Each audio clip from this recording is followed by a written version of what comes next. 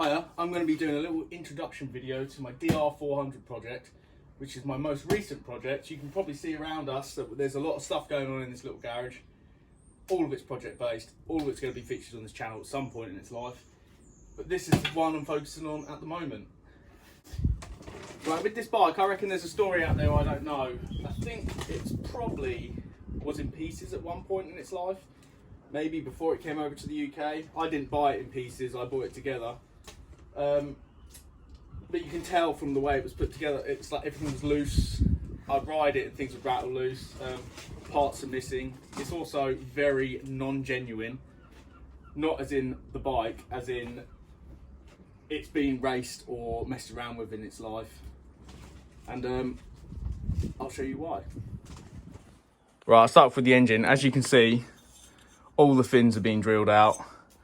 The exhaust has lost its centre muffler, and now it's a straight through to a super trap, which is super loud.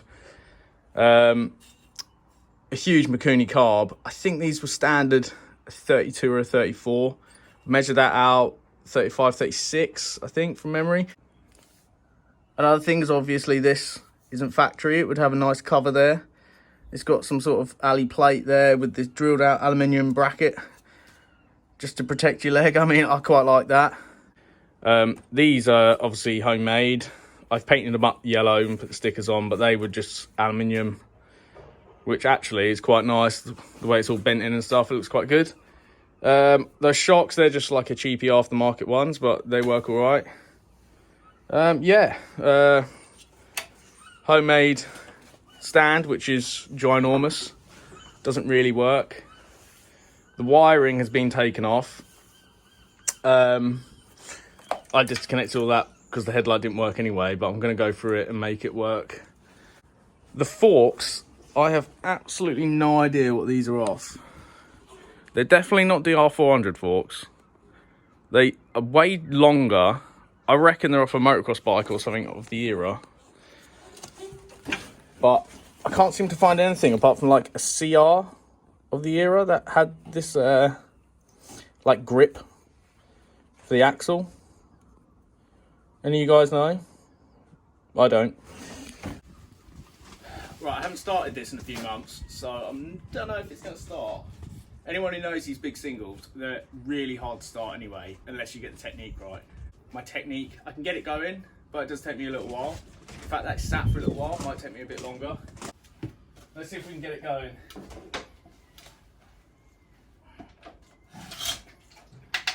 Get out of gear first.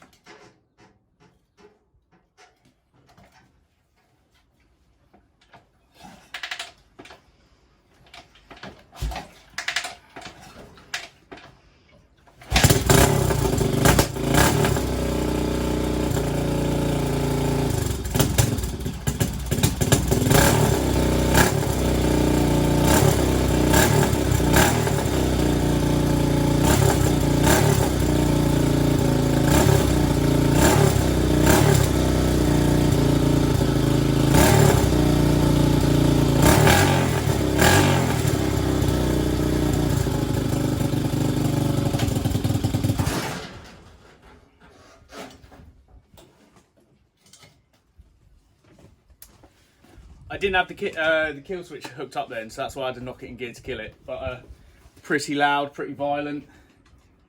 I forgot to mention, I did do the valve clearances and serviced it all, so it is easier to start. I'm surprised it actually started that easy.